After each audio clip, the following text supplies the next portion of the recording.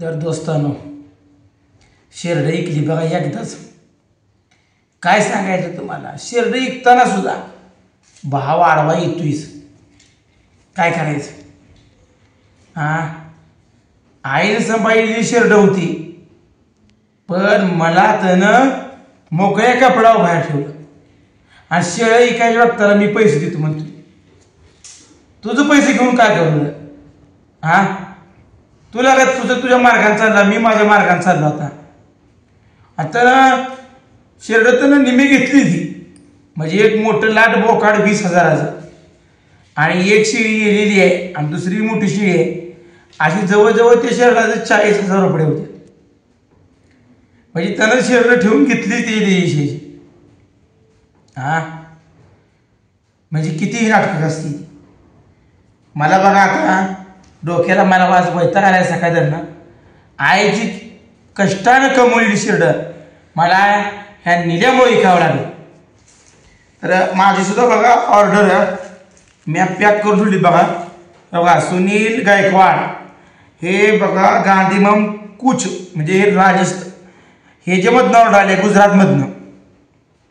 बघा त्यांचं बी आता पॅकिंग कुरिअर टाकायचं आहे. दुसरं आलंय बघा किरण सर्जेराव कदम, यांचं बी आलंय बघा नवी मुंबईला पनवेलला, त्यांचं बी आलंय. आणि बिभीषण बाळू बडकर हे आहेत पुण्याची, त्यांची बी आले. अशी 1-1 किलोची 3 आली. ही काल आलेली आहेत आणि ही पटवायची आहेत. आणि अजून पॅकिंग करून ठेवले. आता ती अजून वहीत लिहायचं आहे. आता ती सगळं पॅकिंग करायचं आहे आता. आणि आता अजून लगेच पाठवायचं आहे, भरायचं आहे. ही काल पण रात्री लिहून ठेवलेलं आहे. आता सकाळचं बघा ही लिहून ठेवायचं आहे. आता थोड्या वेळानं कोरिअरला जाऊन जमा करायचं आहे. आता काय नाही टेन्शन. आता तुम्हाला सांगतो, सगळं जे तर आपल्याला साहित्य कमी पडतंय ते सगळं साहित्य आणायचं आहे. काय सुद्धा कमी पडू द्यायचं नाही, सगळं साहित्य आणायचं आहे. आपल्याला जी चटणीला काय कमी पडतंय ते सगळं साहित्यात आणायचं आहे. आता तुम्हाला सांगतो, काल शेरड ऐकलीत बघा पैसे आले. निलेश राव, तू 2 घेऊन फिरत असला तर मी पैशाचा बंडल माझ्या हातात घेतलाय. अरे तू ना पैसे देऊ दे निलू, तू मला पैसे ना देऊ दे, पण माझ्या पैशाचा नाद करायचा नाही. मी आज बदूर कमवलेली पैसा पहिल्यांदा मोजायला लागली. आतापर्यंत तुम्हाला सांग, तुम्हाला त्यानं 10 रुपये सुद्धा मोजायला दिले नाहीत. नुसतं चल भाऊ बटला खायला, चल हॉटेलात, नुसतं गोड बोलून तुम्हाला फायदा घेतला.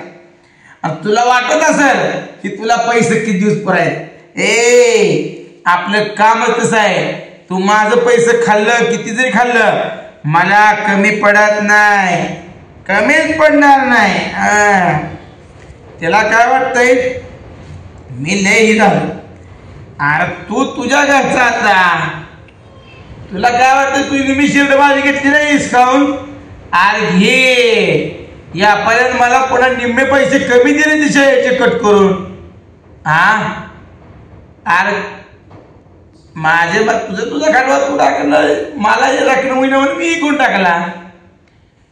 मी जगायचं कशावर? मला लोकांचं 4 रुपये झालं ना, आता ही लोकांचे पैसे मला द्यायचे ना. तुला काय वाटतंय? मला फक्त एवढीच खोली ठेवली आहे, मला एवढीच खोली, सगळ्या खोल्या बळकावलेला जातो. पण तुला आता सुट्टी नाही, मी सुद्धा कमी पडत येत नाही. अजून मला राहिलेल्या चटण्या पॅक करायची, त्या ऑर्डर करायची. त्या लय मोठी चटणी आलेली, त्याला बॉक्स आणायचे. ते काल जाणं झालेलं आहे बघा दोस्तांनो. ही व्यापारी येणार आहे आणि त्याला काय वाटलं ही नुसतं मोकळा बोल, तू व्यापारी येत नसतो. अरे तू व्यापारी ताण लावले, पण मी व्यापारी असा आणला की महागारी न सरणार व्यापाऱ्यांना. आणि शेवटी तुझ्या सपनात सुद्धा वाटत नव्हतं मी शेरड ऐकील, पण इकली निलो. मी शेरड ऐकली, आता निलो. आता किती मी बोंबलत बस. अरे तू रडत बस, काय बी काय आठवड्या काढायचं बस नुसती. आता काय फायदा नाही.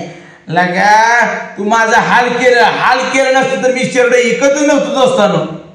कारण का मला काही सवय होती, पण निलेश रावानं माझं हाल केलं, माझ्या बायकोचं हाल केलं, म्हणून मी टोकाचा निर्णय घेतला.